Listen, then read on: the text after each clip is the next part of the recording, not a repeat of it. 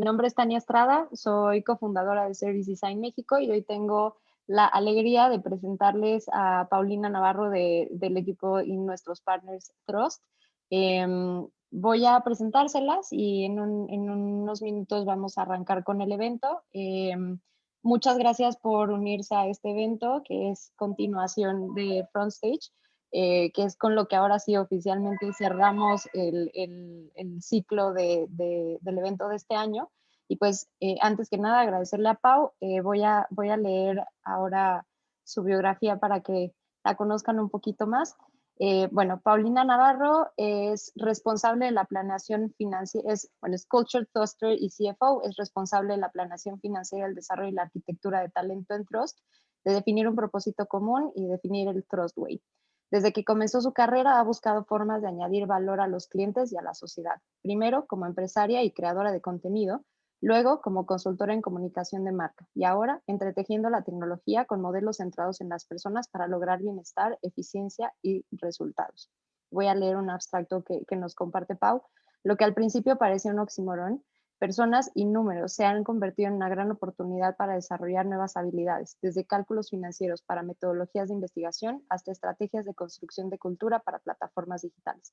Todo de la mano de líderes que han movido y mueven el mundo hacia adelante, como Alsea, Cultura Colectiva, Endeavor, Cubo Financiero, Sala 1, BX Plus Bank, El Portón, Iluméxico, Casa Lumbre, Pfizer, Coca-Cola, GNC, entre otros. Su mayor pasión es aprender y desaprender todos los días formas y formatos en los que podemos diseñar organizaciones preparadas y habilitadas para responder a lo que sea que nos depare el futuro.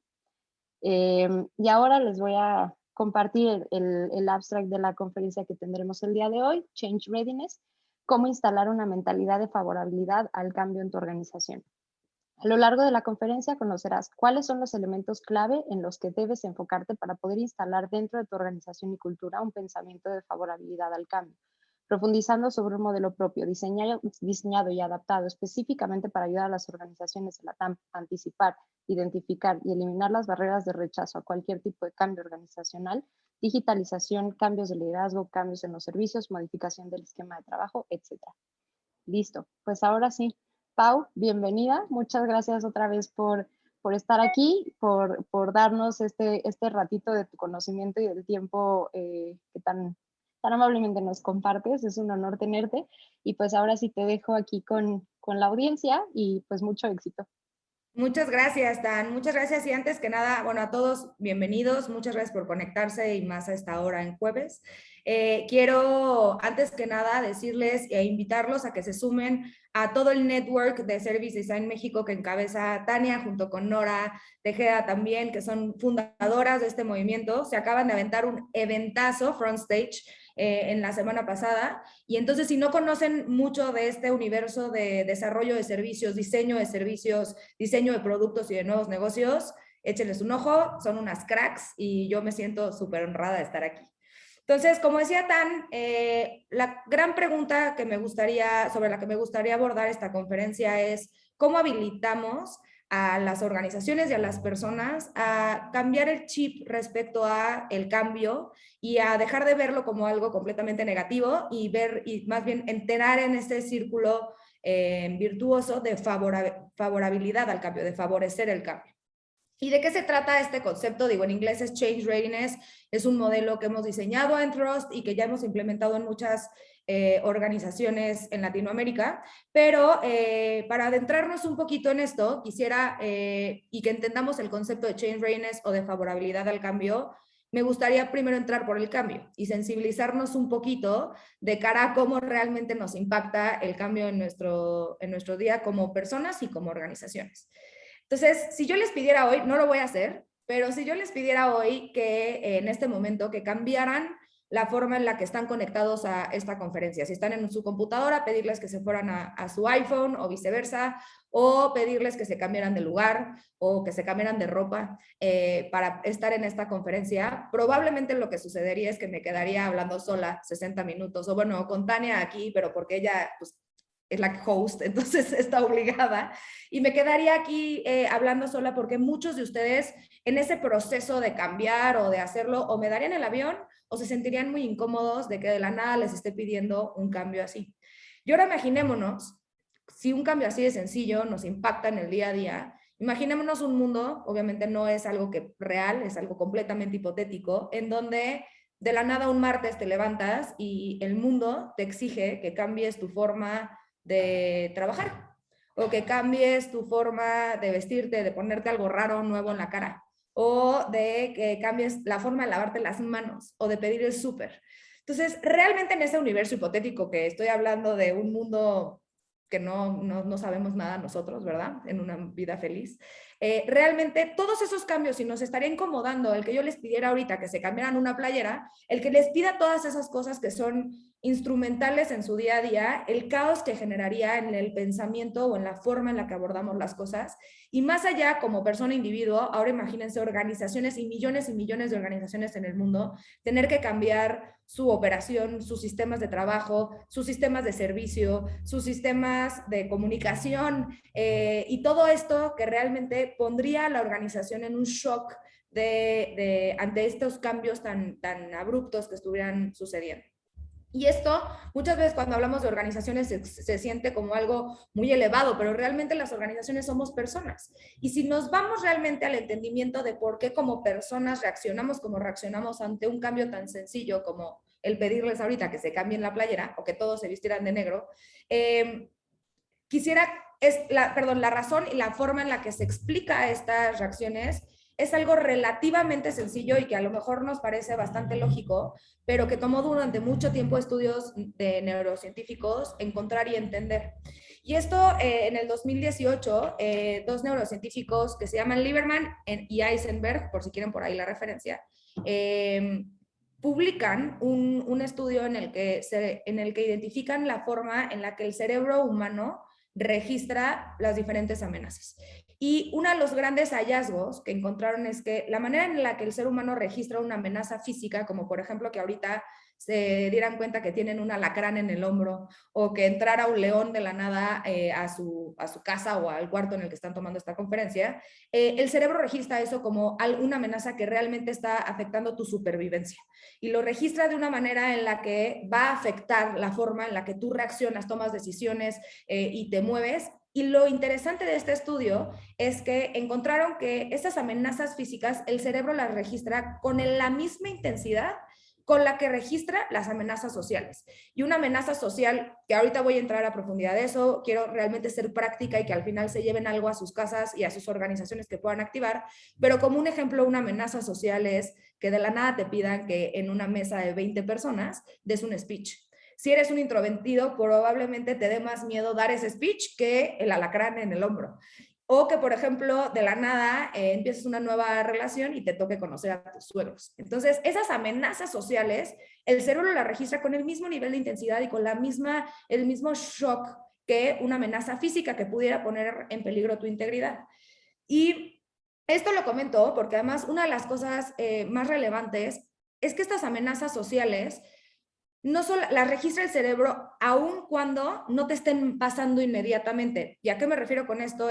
Le puede haber pasado un amigo y a ti te genera una sensación de que te pudiera llegar a pasar a ti y el cerebro la registra con la misma intensidad. O por ejemplo, que estén en una reestructura de una organización o que tu organización esté teniendo una reestructura y que todavía no te han dicho que te van a correr o que te van a cambiar y tú ya estás sintiendo esa amenaza y tu cerebro ya está actuando en ese registro.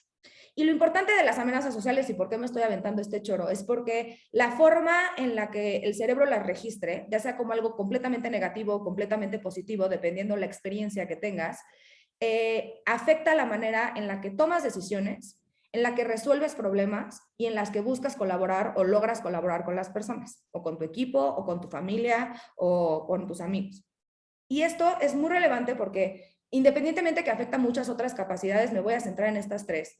Estas tres capacidades creo que estarán todos de acuerdo conmigo que son tres capacidades que son vitales para poder sobrevivir o llevar a cabo cualquier tipo de cambio.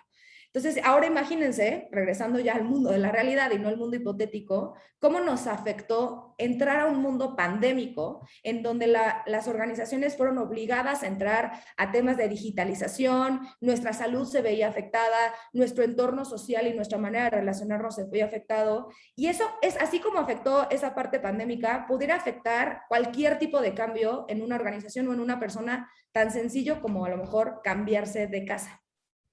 Entonces, todo esto se los platico y por qué hago toda esta introducción. Porque al final, cuando hablamos de todos estos temas, service design, diseño de servicios, diseño de productos, diseño de marcas, diseño de modelos de negocio, todas estas disciplinas que les podemos llamar, hoy en día son palabras o conceptos o disciplinas que estamos escuchando en esta nueva ola y nuevas formas de hacer negocio.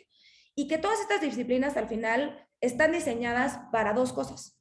Para crear algo nuevo, que significa retar el status quo, crear algún tipo de disrupción, realmente romper algún tipo de paradigma, ofrecer algo completamente diferente para un modelo. Y todo esto significa cambio.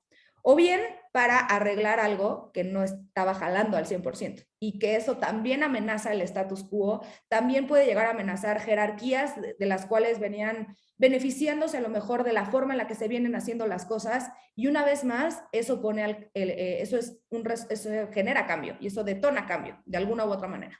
Entonces, si el cambio es la constante, una de las grandes preguntas que llevo haciéndome con mi equipo en Trust y en todo este desarrollo de diseño de culturas organizacionales es: ¿por qué dejamos que el cambio sea algo más bien, ¿por qué nos conformamos con simplemente gestionar el cambio y estar viendo cómo no le duela tanto a la gente y cómo se lo voy a comunicar y cómo le voy a hacer para que no se vaya mi mano derecha o para que la gente no entre en pánico? Y buscamos gestionar ese cambio en lugar de invertir los roles y más bien nosotros habilitar a la organización a que esté preparada, a que genere resiliencia, a que detone una capacidad de responsividad y hasta de favorabilidad ante cualquier situación de cambio.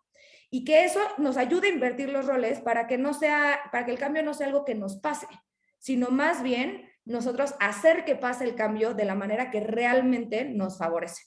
Y para todo esto, y ahora sí ya entrando con toda esta larga introducción, pero quería llevarlos de la mano para entender realmente el impacto que a veces esta frase de el cambio es la constante, eso se volvió un cliché hasta que nos vimos enfrentados en un mundo que nos obligaba a cambiar todo. La forma en la que te lavas las manos, la forma en la que pides el súper y más allá, pues obviamente todo lo que vemos en la parte organizacional. Entonces, diseñamos un modelo, que es el que les voy a platicar hoy, y que quisiera que, por favor, en el chat, cualquier duda que vayan teniendo, la vayan poniendo. Voy a buscar un espacio al final para hacer preguntas y respuestas, pero diseñamos un modelo que nos va a ayudar como personas y como organizaciones, como jefe, como líder de un área, como emprendedor, a no solamente identificar cuáles son las barreras que están pues evitando que realmente veamos el cambio como algo positivo, que van a ver que les va a ser bastante lógica, pero cuando lo entiendes se te rompe la cabeza.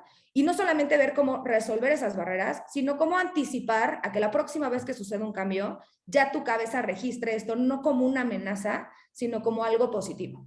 Entonces nos vamos a meter ahora sí que a la neurociencia, pero explicado de una manera que ya hemos implementado en organizaciones transnacionales, hemos implementado en organizaciones de Latinoamérica, de Colombia, de Perú, y que todo esto ha funcionado una vez que la organización lo entiende como algo que es natural y que no hay que gestionar, sino hay que favorecer.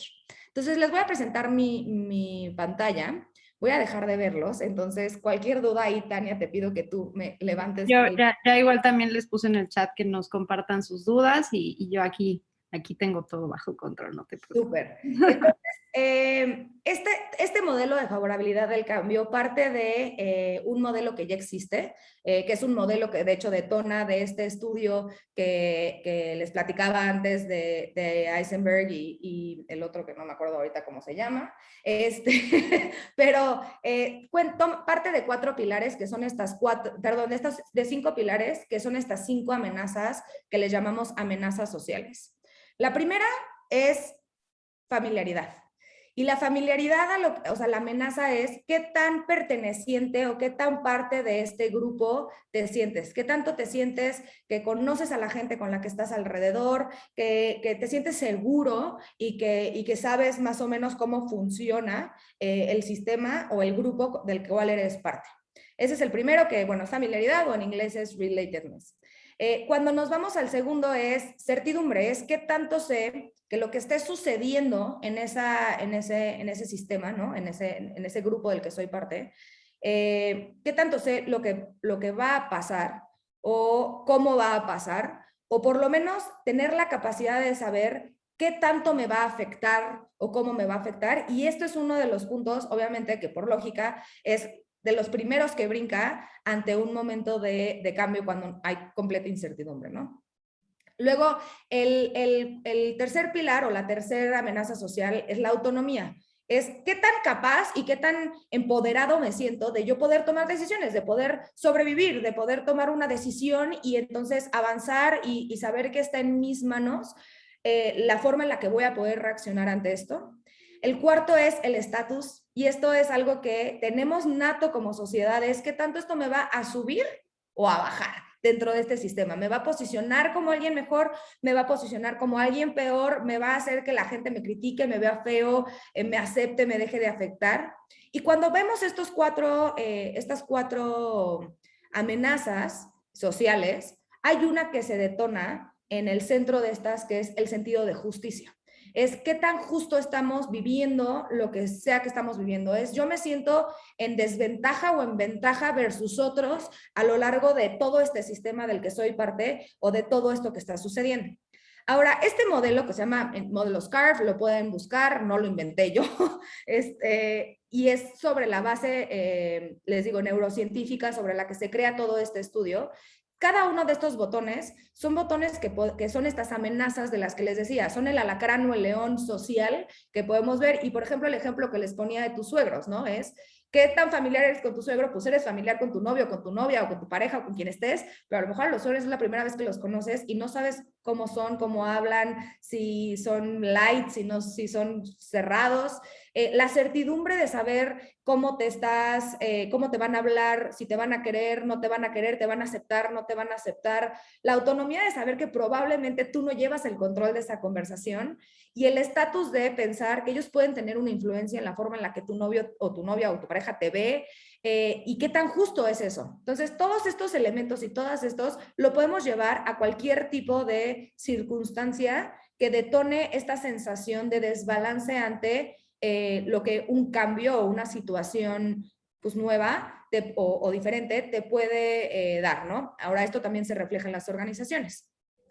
Este modelo fue el que tomamos como base para construir el modelo de change readiness o de favorabilidad del cambio, ya que a partir de estas amenazas encontramos cuáles son los ejes que tenemos que reforzar para poder darle la vuelta ante estas amenazas y verlas como algo positivo y no algo como negativo.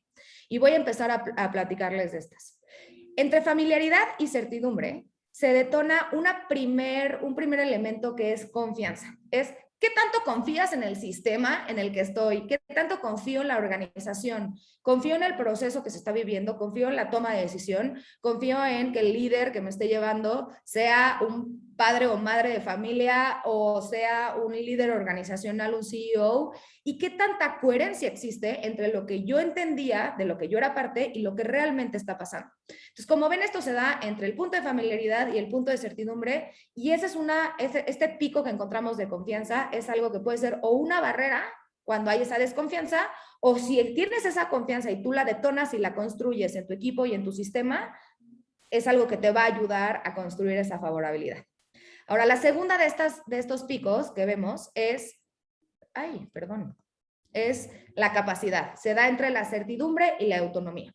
Entonces, si yo sé qué es lo que va a pasar y me siento segura de saber cómo se va a desencadenar este proceso o este nuevo sistema o esta nueva era o lo que sea, ¿no? Y además me siento capaz y me siento empoderado y me siento con todas las herramientas, entonces el punto que se integra, válgame la redundancia, es la capacidad. Es yo estoy construido para realmente llevar a cabo este sistema. sé que tengo las herramientas, sé que tengo los recursos, sé cuáles son los indicadores que tengo que pegarle, sé cuál es la forma en la que puedo decir si esto me va bien o es algo que está pasando bien o es algo que va hacia abajo. Y eso, una vez más, aplica tanto dentro de las organizaciones como con el ejemplo de los suegros. O sea, si a ti tu novio te hubiera dicho que si tu suegro se ríe de tus chistes, ya te aceptó, y tu suegro se ríe de tus chistes, dices, I mean, estoy del otro lado, me siento con las capacidades para llevar a cabo esta conversación. Y lo mismo pasa dentro de una organización, cuando la gente sabe cómo tomar decisiones, cuáles son los criterios bajo los cuales me van a medir, cómo realmente esto me lleva a tener ese empoderamiento de decir, me voy hacia la izquierda, me voy hacia la derecha, en fin. Entonces, este es el segundo detonador o palanca para detonar la favorabilidad al cambio. Ahora, no sé por qué esta animación está así chueca, pero bear with me. El tercer punto o el tercer factor de aceleración de esta favorabilidad al cambio es la motivación, que de una manera muy, una vez más lógica, se da entre la autonomía, es yo me siento empoderado, sé que tengo lo que necesito, y el estatus, esto me va a dar algo positivo, me va a llevar a acercarme a mis metas, estoy pudiendo responder la gran pregunta que es el what's in it for me, que siempre estamos viendo, ¿no? O sea, ¿qué voy a sacar yo de este proceso? Y si tenemos claro esos dos puntos y se detonan, es en donde se da ese tercer pico de motivación, que es en donde realmente dices, ok, puedo tangibilizar estos beneficios. Esto es algo que, como dice la frase, fuels my fire. Esto es algo que enciende mi espíritu. Esto es algo que yo estoy viendo que a mí, de manera individual, realmente me está acercando a este proceso de metas o proceso de crecimiento, la palabra, estoy buscando una palabra que utilizamos mucho las mujeres, pero ahorita no me acuerdo, pero bueno, el punto es, estoy buscando esa manera de sentir que realmente estoy avanzando, ¿no? Y el último, presentándoles mi divina animación, el último de estos picos es la trascendencia. Y esto es algo bien, bien importante porque si son emprendedores o están dentro del sistema emprendedor o de negocio, y quiero llamarle negocio de esta nueva ola de negocios más digitales, modernos, una de las cosas que han salido de manera impresionante de Silicon Valley, artículos y frases y libros, es esta parte del propósito. Cómo construir con propósito. Y más allá de ser la organización que siempre quiere salvar al mundo y que siempre tiene la respuesta y que todo mundo realmente se levanta de su cama diciendo yo soy y tengo un propósito y una razón de ser, que sí es importante, pero es este sentido de que realmente lo que estoy haciendo ahorita tiene un impacto más allá. Si yo el día de mañana no estoy, voy a haber dejado una huella, algo está realmente, estoy dejando algo más lejos y ese es un anhelo innato del ser humano, el realmente dejar esto. Entonces, este sentido de trascendencia o este factor de trascendencia es como lo dice la frase, I have my eyes on the prize, es sé que lo que estoy sufriendo, llevando a cabo, manejando, acelerando, tiene un impacto más allá que la motivación inmediata que yo pudiera estar viendo y que es parte de algo mucho más grande. Entonces, ¿cuál es este factor? Bueno, entiendo la contribución de lo que yo estoy haciendo como un individual dentro de un colectivo. Entiendo de manera clara y veo de manera clara cómo la organización realmente está avanzando y no se está quedando nada más en un mismo lugar. Entiendo cómo esto está impactando más personas de lo que yo pensaba. Y esto, cuando lo sumamos estos 4 elementos, cuando sumamos y logramos tener el elemento de confianza, el elemento de capacidad, el elemento de motivación y el elemento de trascendencia, es cuando podemos detonar este círculo de favorabilidad al cambio.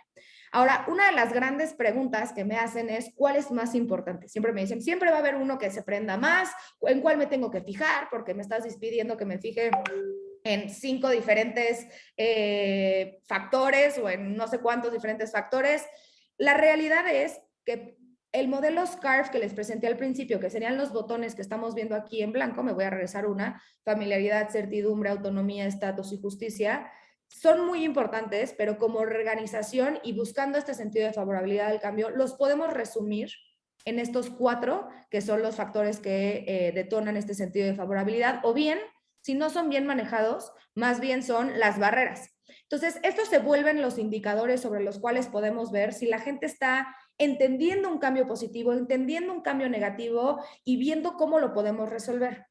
Estos elementos, además, como les mencionaba hace ratito, son elementos que no solo nos permiten para hacer que un cambio nuevo, ¿no? El momento nuevo de implementarlo, lo suavicemos y entonces empiece a detonar este círculo, sino también hacer una reflexión respecto a el pasado, porque una vez que tocaste el fuego y te quemaste, ya sabes que el fuego quema y no te vuelves a acercar al fuego. Entonces, ya una vez que tú viviste un cambio o que viviste una situación en la que te viste afectado y tu cerebro registró esa amenaza social, es importante conocerlo, es importante entenderlo para saber que hay algo que resolver ahí.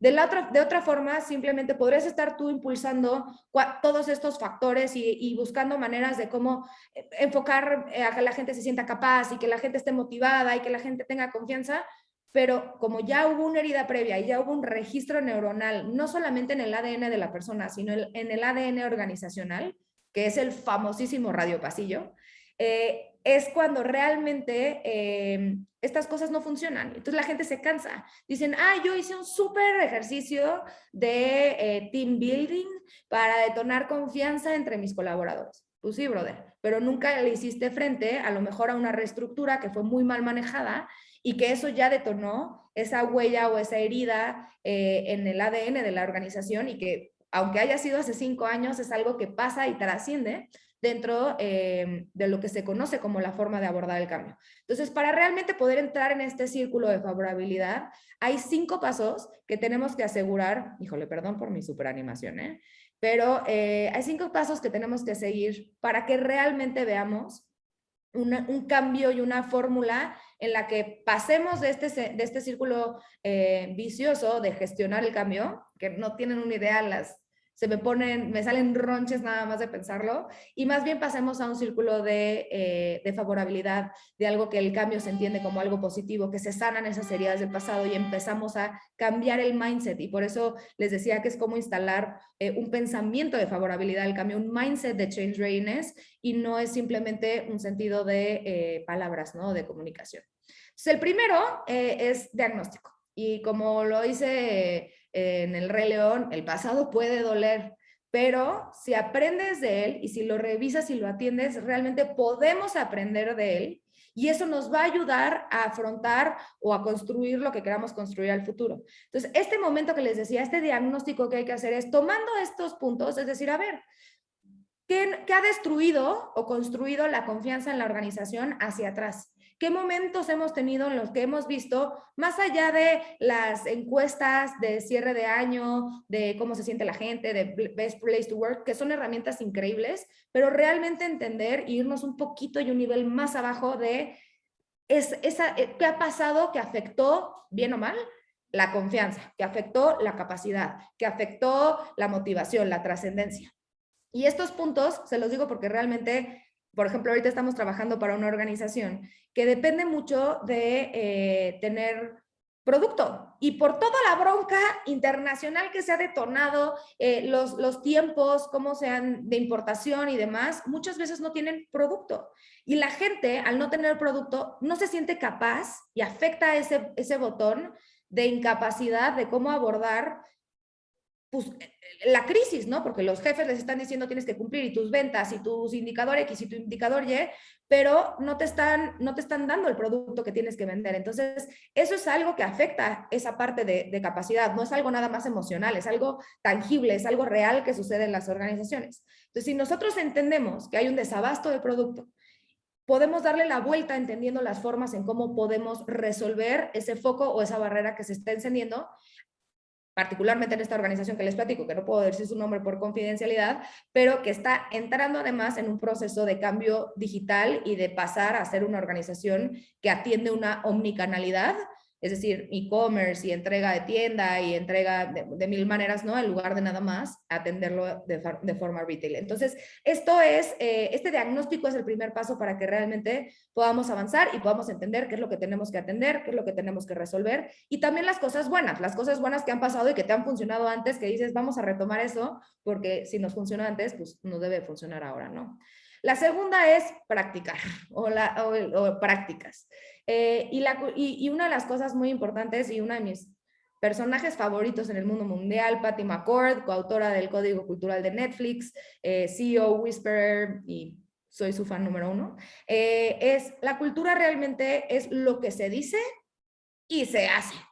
Porque si la cultura se queda nada más en palabras bonitas que pones en unos pósters o que pones en un texto o que pones en un mail o en un memo diciendo a la gente échale ganas, pero realmente no hay nada detrás que sustente que lo que estás diciendo y lo que estás haciendo es coherente, no funciona. Entonces, para realmente crear este sistema de credibilidad, es muy importante que la cultura o que los dictámenes o que las frases no se queden en eso, sino se quede en acciones. Y por eso se llama prácticas, porque son cosas que tienes que practicar todo el tiempo, instalar para que sean cosas que vivan dentro de tu operación y que entonces se enfoquen en detonar confianza, motivación, trascendencia y que eso no se quede nada más en algo muy lindo en la pared, ¿no? El tercero es medir. Si no se mide, no pasó. Y entonces casi que como el museo del papalote del niño, ¿no? Es que será juega, toca y aprende, o toca, juega y aprende, no me acuerdo, pero por aquí es mide, aprende y mejora. Medición. Si no lo mides, no tienes manera de saber si esa acción o esa práctica que tuviste tiene algo positivo, funcionó, no funcionó. Y una de las grandes herramientas que, por ejemplo, en Thrust implementamos es tener mapas de calor reales de la organización, en donde podamos ver si una acción mueve esa temperatura, mueve si la gente se siente con mayor confianza, con mayor motivación, con mayor capacidad. Si no tengo producto, por ejemplo, desabasto de producto, pero instalo una práctica en donde el líder o el gerente le explica a la gente, pues si no hay ese producto, pero puedes recomendar otro, y la gente entonces realmente se siente con la capacidad de, ok, este no hay, pero este sí puedo vender, en fin, ¿no? O sea, realmente el medir eso nos va a dar chance de saber si algo que estamos haciendo funciona. Y de tal manera, yo hace ratito mencioné el concepto de responsividad, no dejar a que desgloses todo un proceso de cambio, lo gestiones, que les digo que esa palabra me genera ronchas, y que entonces no logres, y que al final lo midas o que no funcionó de nada, y entonces eso empieza a detonar en los altos niveles de las organizaciones falta de credibilidad en que este tipo de procesos o en que este tipo de proyectos de favorabilidad y de cambio y demás, y de cultura, funcionan y los dejan de hacer. El número 4 es ajustes. La responsividad que les mencionaba no es un concepto, es un verbo. Hay que ver y medir y ver lo que no funcionó y regresar e iterarlo. Hay un concepto que todos aquí seguramente están familiarizados, que es retorno de inversión, que si no hay un retorno de inversión inmediato, ya se dio como falso o como que no funcionó la iniciativa. Y justo hoy, por ejemplo, platicábamos con una compañía de seguros global y nos decía, hay muchos seguros que lanzamos al mercado y que no funcionaron, pero a lo mejor era por el momento, por el concepto, pero ahorita si lo sacáramos del cajón y le hiciéramos un par de ajustes, probablemente serían el producto hit o el seguro éxito, pero no lo sacamos porque dentro de la compañía ya se detonó esa sensación de, no, este negativo, malo, no funcionó. Y entonces eso es uno de los vicios más grandes que vemos en las organizaciones entre la medición y la capacidad de decir, ok, ya lo medí y entendí dónde está el error, lo voy a ajustar. Ese ajuste a lo mejor va a funcionar y a lo mejor no, pero tenemos que entrar en este proceso iterativo para realmente ver que la forma en la que estás detonando los cambios funciona. Entonces, si a la primera tu super idea, a lo mejor de cómo crear sentido de trascendencia, lo mides y no funcionó, eso no lo puedes dejar como algo de, no, bueno, ya no funciona, la gente no se siente, no tiene propósito, sino hay que estar iterando y viendo, sí, como sí los conecto, a lo mejor no es a nivel global, pero lo hago a nivel celular, o me meto con los equipos más pequeños, o en fin, ¿no? Hay miles de estas prácticas que podemos estar haciendo, midiendo y ajustando. Y al final es repetición, y mi papá dice, no quiero ser repetitiva, pero en este sentido lo voy a hacer. Hay que, hasta que el mar se quede sin sal, hay que diagnosticar, practicar, medir y ajustar. Y repetir. Y volvemos en ese ciclo, porque por eso se llama ciclo. Y por eso es instalar un pensamiento de favorabilidad al cambio, pero para que el cambio sea algo que nosotros impulsamos, que nosotros aceleramos y que nosotros detonamos y no algo que nos está pasando. Para cerrar y abrir preguntas, porque la verdad es lo que más me interesa escuchar, si esto que les platico les funciona, les genera curiosidad, les da algo nuevo o no. Lo primero que quiero decirles, y voy a mover un poquito esto porque mi computadora no la veo completo, son 2 consejos. Instalar en las organizaciones prácticas inteligentes que detonen responsabilidad organizacional o favorabilidad al cambio es una de las inversiones más seguras para tener una relevancia sostenible a corto, largo, mediano y largo plazo. Es mucho más seguro instalar este tipo de prácticas inteligentes, instalar este tipo de pensamientos y apostarle a proyectos de favorabilidad del cambio que digitalizar a la organización. ¿Y por qué lo digo? Porque hay un dato muy interesante que el 72% de las organizaciones que se avientan a la digitalización fracasan debido a que el colaborador no adopta estas prácticas. Entonces, si nosotros no tomamos ese dato como algo que nos llama algo, pues tu inversión en digitalizarte o tu inversión en cambiarte de oficina o tu inversión en lo que me quieras decir, probablemente falle. Y entonces es más inteligente y es más seguro primero instalar esta capacidad de favorecer el cambio, de entenderlo y luego pasar a la digitalización que hacerlo en reversa. La mejor solución es hacerlo en paralelo, pero a veces no se puede. Y el último tip que les quiero dejar, es en estas dinámicas de service design, de product design, el usuario, el final siempre es el centro. Y una de las cosas bien importantes es que a veces el usuario interno, que es el colaborador, puede llegar a ser igual o más importante que el usuario final. Y aquí ya les había dado el dato, ¿no? De las 72% de las iniciativas de transformación, pero si no tenemos el buy-in del colaborador, es muy probable que las iniciativas de cambio, de transformación que estemos implementando se reboten. Entonces, dentro de nuestros procesos, dentro de nuestras estrategias de transformación, de innovación, de disrupción, hay que poner al colaborador, al usuario interno, como un stakeholder vital y que se nos quite ese vicio de pensar que el colaborador es alguien que va al final, que ya que tienes tu consultoría divina de desarrollo de producto, te dejaron tu manual, te hicieron todo, bueno, ahora vamos a ir con las de recursos humanos para que nos digan cómo abordarlo con la gente. No, al colaborador hay que ponerlo desde el principio, contarlo, utilizarlo como una herramienta, utilizarlo como y verlo como un stakeholder clave, porque si no, digo, los datos y los números hablan por sí solos, 72% de tus iniciativas de transformación, por lo menos en Latinoamérica, van a fracasar y probablemente no sea por falta de adopción de tu usuario final, sino de tu usuario interno, que es tu colaborador. Y con eso, les agradezco mucho el haberme escuchado. Justo le platicaba a Tania hace ratito que este tipo de dinámicas a veces me cuestan trabajo porque es sentir como que hablo yo sola. Pero bueno, les agradezco mucho y me encantaría escuchar sus comentarios, preguntas. Nada más déjenme averiguar cómo quito mi pantalla. Soy la peor millennial del planeta. Lo lograste, muy bien, Pau. Muchas gracias. Creo que por aquí ya hay un par de preguntas. A ver, la primera dice, ¿realmente existe una herramienta que nos dé un índice de las áreas de mejora para trabajarlas de acuerdo a las posibilidades de la empresa?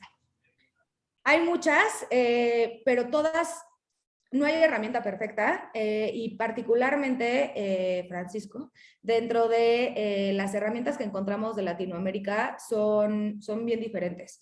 Hay herramientas, por ejemplo, hay una empresa que a mí me encanta que se llama Culture Amp en Estados Unidos, que lo que establece es una herramienta automatizada para estar midiendo el pulso organizacional de la gente y además no solamente es como una vez al año lanzas tu super encuesta de Great Place to Work o lo que sea, sino tú la puedes ir modificando, tú puedes crear tus propias encuestas, lo pueden hacer por equipos, lo pueden hacer por áreas, y entonces eso te va dando un pulso constante de cómo está sucediendo la organización. En este momento en Latinoamérica esa empresa no aplica.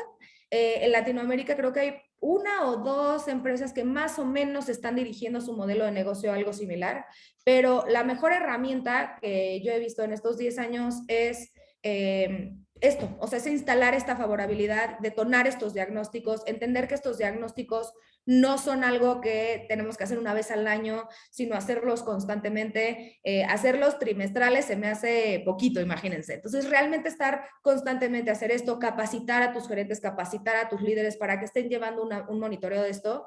Y uno de los elementos o de las herramientas más fuertes es instaurar dentro de la organización medios de comunicación en donde la gente te lo pueda decir, en donde tú le puedas hacer la pregunta de, oigan, ¿alguien se ha sentido? Y se los juro, a veces pensamos que no, pero si lo aplicamos y lo empezamos a aplicar, sí funciona. ¿Alguien se ha sentido que no tiene los recursos necesarios, que no tiene las capacidades necesarias, que algo le falta para llevar a cabo y abordar lo que sea el reto que tiene enfrente, y probablemente la gente te lo diga.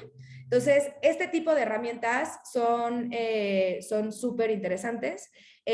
Una de las cosas, digo, Francisco, te estoy leyendo en el chat, pero una de las cosas, digo, en Frost hacemos esto, nosotros instalamos este tipo de herramientas, las diseñamos a la medida de las organizaciones, y nosotros podemos hacer este proceso de la mano de las organizaciones. Lo hemos hecho con empresas, como decía Tania, desde las gigantes, Coca-Cola, Pfizer, hasta microemprendimientos que apoyamos. Nuestro modelo está diseñado para poder atender a ambos sin que los precios y los procesos sean estratosféricos. Entonces, esa es la que te puedo dejar sobre la mesa. Muchas gracias, Pau. Aquí nos pregunta Gabriela Victoria, ¿cómo evaluamos si la reestructura ya no tiene efectos negativos hoy? La manera de evaluar esto, por lo menos la herramienta que a mí más me gusta es el mapa de calor. Es poder ir viendo, porque una de las cosas que siempre le digo a mis clientes y además a mi equipo, que están aquí con nosotros, hola equipo de Thrusters, es el pensar el cambio como algo homólogo es uno de los errores más grandes que podemos ver. O sea, no, la organización solita no es como, ¡jua! Ya le di una pasada de pintura, todo el mundo ya está con favorabilidad y de manera positiva. Entonces, es probable que tengamos que desarrollar o que tengan que desarrollar una herramienta que te permita monitorear de manera independiente, individual, específica a la organización con sus diferentes tribus, sus diferentes áreas, sus diferentes equipos, y que de tal manera puedas ir viendo que a lo mejor hay unos que van más atrás que otros, a lo mejor hay equipos que tienen muchos agentes de cambio y que son agentes culturales increíbles, pero a lo mejor tienes otros que tienen detractores muy fuertes y que pueden ser influenciadores de esa detracción y que digan, híjole, ¿sabes qué? Es un super líder, pero como ya le tocó la reestructura del 2015, ya le está pasando esto a la organización. Entonces, herramienta de evaluación para ver si ya es algo negativo o positivo, yo diría un mapa de calor. Y la segunda es escuchar, es abrir las posibilidades de escuchar a la gente y decir cómo te sientes. No porque ya te hice una campaña preciosa de comunicación, ya estuvo. O no porque ya dejé de tener rotación, ya estuvo. Es cómo te sientes, qué está pasando. Incluir estas conversaciones dentro de los círculos o los sistemas que tengan de feedback, y abrir esta conversación no como algo que le tenemos miedo y que ya no queremos escuchar, sino como algo que queremos entender para abordar y para resolver. Feedback, feedback, feedback, ¿no? Siempre. Feedback, sí, constante además, no una vez al año, por favor.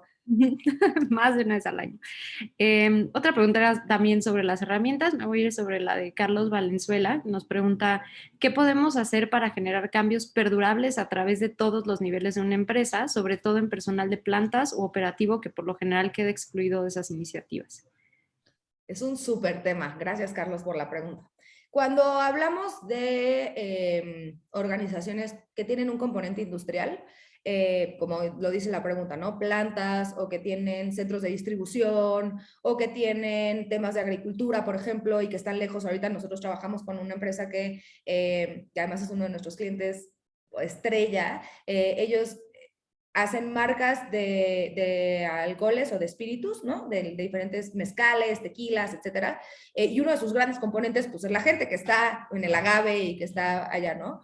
Y muchas veces los cambios y este tipo de procesos de transformación se quedan en el corporativo, se quedan en la gente que tiene cerca, en la gente que entiende estas cosas, y la realidad es que el principal error es porque así están diseñados. Están diseñados para atender a la gente que tiene mail. Entonces te mandan la encuesta por mail.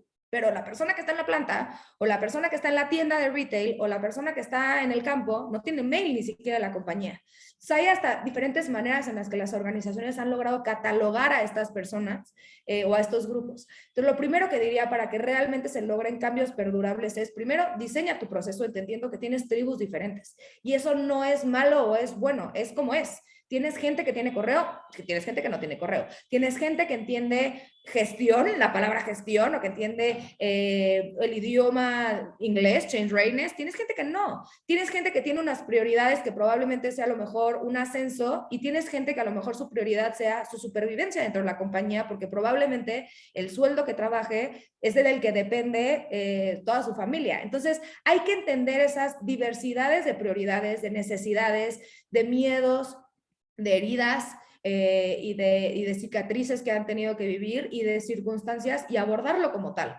Muchas veces nos queremos tapar un ojo y decir, sí, todos, nuestra cultura es de todos y somos un mismo grupo. No, la realidad es que no, y no está mal. Nada más que hay que aprender a entenderlo, a abordarlo de esa manera, para que entonces creemos soluciones personalizadas para cada tipo de tribu que tenemos en nuestras organizaciones, para cada tipo de negocio. Y por eso siempre he dicho, hay una cosa que a mí me encanta, que Patty McCord, ya me lo he robado de ella, pero ella dice, uno de los más grandes errores de estos procesos de transformación es enfocarnos en las best practices o las mejores prácticas. Porque ¿qué haces? ¿Qué hace Google? Ah, no, pues me voy a meter a ver qué hace Google. ¿Y qué hace Netflix? ¿No? Me voy a meter lo que hace Google. Oye, digo Netflix, oye, ya lo vimos. En momento de pandemia, no te metiste a ver qué hacía Google. Te metiste a ver qué funcionaba para tu empresa, cómo lo podías hacer con tu equipo, cómo podías diseñar cosas específicas para tus necesidades. Entonces, no perdamos ese músculo. Dejemos de voltear a ver las mejores prácticas. Es muy bueno hacerlo porque no siempre hay que estar inventando el hilo negro, pero no pretender que traer estas prácticas o leer todos los 300 artículos y de Fast Company y de todos los libros que son maravillosos para aprender algo, pero no necesariamente tienen un fit con lo que necesita tu organización. Entonces, para cerrar esa respuesta de Carlos es, veamos la realidad, dejemos de tratar de taparnos el sol con un solo dedo y abordemos los cambios desde la raíz, entendiendo las diferentes prioridades, necesidades que tiene cada una de las tribus para darle soluciones a la medida de cada tipo de tribu, que es lo que hace que funcione tu organización. Si tuvieras puros contadores, no te jalaría. Claro, que eso yo lo relaciono mucho con, por ejemplo, en Service Design, como tenemos dentro de un blueprint, todos los actores que forman parte de ese servicio, ¿no? Que por lo general pintamos solamente a los clientes o a los usuarios, que son los que están por lo general en el frente de esos procesos o de las organizaciones o en quien más nos fijamos para diseñar, pero pocas veces nos fijamos en las personas que están formando parte del backstage o de que esos procesos funcionen, ¿no? Entonces sí es muy relevante para que en diseño de servicios podamos considerar a todos los actores que forman parte de ese cambio de procesos o de lo que sea que estemos rediseñando, ¿no? Entonces me parece muy interesante. Y por último, bueno, Roger nos pregunta, ¿cómo abordar la resistencia al cambio por parte de los integrantes de diferentes equipos? Pues uno de estas respuestas, mi querido Roger, es justo enfocándonos en estos elementos de favorabilidad, ¿no? Es dejar de tratar de ver la resistencia como algo que no queremos que pase. Va a pasar. O sea, es algo que yo le decía el otro día a una de mis consultoras en el equipo de Trust. Les decía, llegó y me preguntó, oye, ¿les van a bajar? ¿Van a haber reestructura de sueldos en una organización? ¿Cómo resuelvo esa resistencia? No la vas a resolver. Va a haber resistencia, o sea, nunca a nadie le gusta entrar o le va a hacer feliz, o porque le des un globo o le des una plática, lo va a sumar a ese sentido de decir, sí, está bien, no lo vas a resolver, lo puedes manejar, puedes enfrentarlo, puedes dar información, puedes entender cómo se están sintiendo y empatizar con ellos y diseñar un sistema de vinculación que los haga sentir que esto va a pasar o que tiene un beneficio o que no va a ser nada más algo que le exiges a ellos, porque ahí es en donde se enciende la amenaza de la injusticia. Entonces, mi recomendación sería, como líderes de una organización, como gerente de un área, como gerente de una tienda, como el nivel que estés llevando si eres un líder, tatuémonos estos 4 elementos. Tatuémonos confianza, tatuémonos capacidad, tatuémonos motivación y tatuémonos trascendencia. Si nos los tatuamos y lo estamos revisando todo el tiempo, va a ser mucho más fácil que puedas entender el foco que se prende, la alerta de ya me está sonando por aquí. Una organización, por ejemplo, con la que trabajamos tenía una página de memes de Facebook y entonces nos llamó muchísimo la atención decir, o sea, es público, están en un grupo en donde están haciendo memes, digo, qué manera más increíble de que estaban comunicando, ¿no? Sus ansiedades, pero bueno, lo estaban haciendo, ahí está. ¿Cómo lo puedes abordar? Pues primero entendiéndolo, ven, entiéndelo, y una vez que ya lo abordaste, diseña, y una de las grandes recomendaciones es co-créalo con la gente. No llegues tú a elevar tu bandera, a decir yo lo sé todo y aquí te traje un pastel en viernes porque eso sé que te va a poner más contento. No, oye, ¿cómo te puedo ayudar? Dentro de las posibilidades o el marco que la compañía permite o puede, ¿cómo te puedo ayudar a resolver esto? ¿Cómo te puedo ayudar a que te genere menos ansiedad el hecho de no tener un producto? ¿O cómo te puedo ayudar a entender la ansiedad que te puede detonar a lo mejor el que vas a tener un impacto en tus resultados? ¿O cómo te puedo ayudar a entender que a lo mejor tienes un jefe nuevo en el que no confías? Porque a lo mejor es súper macro introvertido y dice 3 palabras y tiene botox en la cara y no hace ninguna emoción. Entonces, ¿cómo te puedo ayudar a resolver eso? Y ese tipo de cercanía, que sé que es difícil cuando estamos hablando de organizaciones multinacionales, pero por ejemplo, hace dos años trabajamos con Cemex, una empresa de más de 48,000 colaboradores. Si eso se puede instaurar en una organización de ese tamaño, se puede instalar en cualquier tipo de organización, simplemente hay que entrarle y hay que apostarle a entender y a ver estos puntos, no como algo que no queremos ver y un número que queremos pasar abajo de un sobre para que nadie se entere, sino más bien entenderlo y abordarlo. Buenísimo, Pau. Y aquí Luis Herrera nos hace una pregunta. Sí. Dice, ¿cuál es tu proyecto más retador en este sentido? Hablando de Change Readiness. ¿Qué retos encontraste? ¿De qué área? ¿Y cómo lo resolviste? La verdad, y siendo muy honesta, creo que el propio. Siempre el propio es el más retador y hablar de, o sea, podría hablarles de muchos proyectos que hemos hecho. Trabajamos con Pfizer, trabajamos con Coca, trabajamos con Cemex, como les decía, con GNC. Son proyectos que al final son muy retadores, pero cuando se trata del tuyo, cuando se trata de tú ser el líder, cuando se trata de tú llevar a cabo los cambios y más cuando además te dedicas a esto y entonces luego lo tienes que hacer a tu propio sistema, creo que el proyecto más retador de Change Readiness ha sido instalar este pensamiento en el equipo de Trust. Y justo como leía Tania al principio de mi bio, o bueno, sí, de mi rol es instaurar la forma de trabajo en Trust y la forma en la que vivimos la cultura y la forma en la que esto se activa. Y no siempre es color de rosa. Me encantaría decirles que sí, pero estaría diciéndoles mentiras, lo cual no va con como me gusta hacer. No siempre es color de rosa, pero tratar de ver y decir, no, sí somos perfectos y todo es maravilloso. Y como somos consultores de cultura, nuestra cultura tiene que ser divina. No es la realidad. Entonces creo que el proyecto más retador ha sido bajarle esto al equipo, bajarle esto a la gente, que no solamente lo vean en los proyectos, sino lo vean en Trust, instaurar prácticas que en el día a día les permitan hablar, decir cómo se sienten, qué está pasando. Por ejemplo, ahora pandemia, hubo un punto, digo, no sé si les pasó a todos, pero hubo un punto en el que trabajabas más que antes de la pandemia, o sea, estar aquí conectado todo el tiempo. Entonces sí nos dimos cuenta por esta cercanía que la gente estaba desgastada y decidimos a la mitad del año de la nada dar una semana completa de desconexión y cierre absoluto de la empresa para que la gente pudiera digerir lo que estaba pasando y entonces regresar a la organización a decir, ok, ya estoy bien. Y cuando lo hicimos tuvo tan buenos resultados que ya nos dimos cuenta y lo dejamos fijo. No es un tema de pandemia, ya se instauró como una práctica dentro de la organización en donde hay cierres totales dentro de la empresa a final de año, a mediados de año, para que la gente pueda tomar ese break y sentir que están dejando algo en la mesa y algo en la mano. Oye, no es una buena práctica de negocio porque tu cliente a lo mejor se va a sentir, no, sí es muy buena, nos ha funcionado espectacular, la gente se desconecta, regresa al 100%, ninguno de los proyectos se retrasa, todo funciona. Digo, no quiero decir que todo es color de rosa, pero si lo manejas y lo comunicas, hay un compromiso mutuo. Entonces, para Luis, mi socio, ese sería el reto, el más grande de Change Readiness, instalarlo en el equipo propio y en la persona propia, porque así a lo mejor como puedo platicar mucho de esto, los cambios a mí me pueden llegar muchas veces a generar mucha ansiedad y el uso de esta metodología personal me ayuda muchas veces a llevarlo de una mejor manera y a empezar con este pensamiento de favorabilidad. Ojalá muchos pensaran así. Creo que sería una excelente práctica para todos, como dices, no nada más en la pandemia.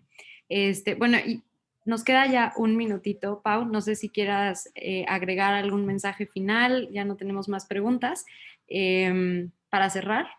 Y nada, me encantaría, bueno, que sigan nuestro website, nuestras redes, pero más que dirigirlos a algo así, si pudiera yo dejarles con un solo mensaje, no se queden nada más con lo que yo les platiqué ahorita y generen esa curiosidad de entender esto. Al final, tomar un webinar, tomar una conversación, tomar un momento, siempre te nutre y siempre te llena, pero al final siempre hay más maneras, de como si siempre hay más autores, siempre hay más formas. Y no estoy diciendo que se metan en un mar de artículos que a veces puede ser súper overwhelming y que no te da una guía real de cómo dirigir, ¿no? O moverte, pero generen curiosidad alrededor de esto. Latinoamérica es impresionante, a los que nos están viendo, como he tenido la oportunidad de trabajar con empresas en Estados Unidos, en Europa, en otros lados, y están muy adelante. Hay un gap muy, muy, muy grande de cómo identifican al colaborador y los sistemas internos de cultura y de organización y de operación como un elemento completamente estratégico dentro de sus empresas. Y en Latinoamérica sí existe ese gap. Y para cerrarlo, como líderes, como empresarios, como emprendedores, como empleados, como lo que sea, lo primero que tenemos que detonar es esa curiosidad por saber cómo lo están resolviendo, qué existe en Latinoamérica para hacer esto. No estamos tan lejos, pero sí existe un gap. Entonces, empezar a desarrollar ese músculo, entrarle a este tipo de proyectos, seguir a Service Design con todo el contenido que todo el tiempo está poniendo, escuchar a todas estas personas que estamos en un network de innovación, que estamos buscando realmente co-crear un mejor futuro para Latinoamérica, una mejor manera de hacer negocios en Latinoamérica. Pues por ahí empezaría. Y nada, hacerle frente a la realidad que tenemos, que lo que les decía, el cambio se ve como un cliché. Esa frase de el cambio es la constante, lo hemos escuchado desde que yo soy niña y desde que Luis es niño y mis papás son niños y mis abuelos eran niños, y nunca lo entendimos.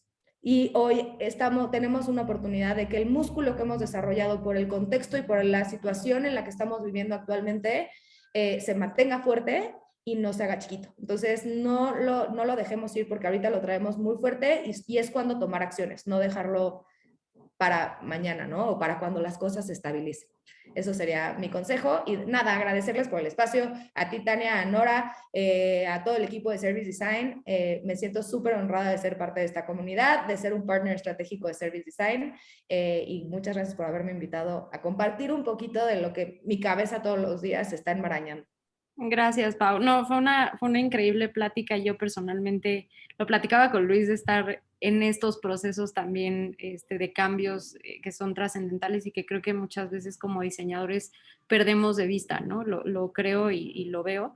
Y es hora de elevar la conversación para empezar a hablar de estas cosas, ¿no? O sea, no nada más pensar que un proyecto no funcionó porque no todos los stakeholders se alinearon, ¿no? O porque no nos dejaron seguir con el proyecto y lo tiraron, no porque faltó presupuesto, ¿no? Sino que hay muchas más cosas internamente que hay que hacer, y que como diseñadores de servicio al final somos facilitadores de esos cambios. Entonces me parece una excelente plática, me parece muy atinado el momento en el que estamos tocando el tema. También dejo abiertos los canales de Service Design México, nuestras redes. Seguimos colaborando con Trust, de aquí en adelante también ya llevamos mucho tiempo, pero seguimos también trabajando en más cosas con ustedes.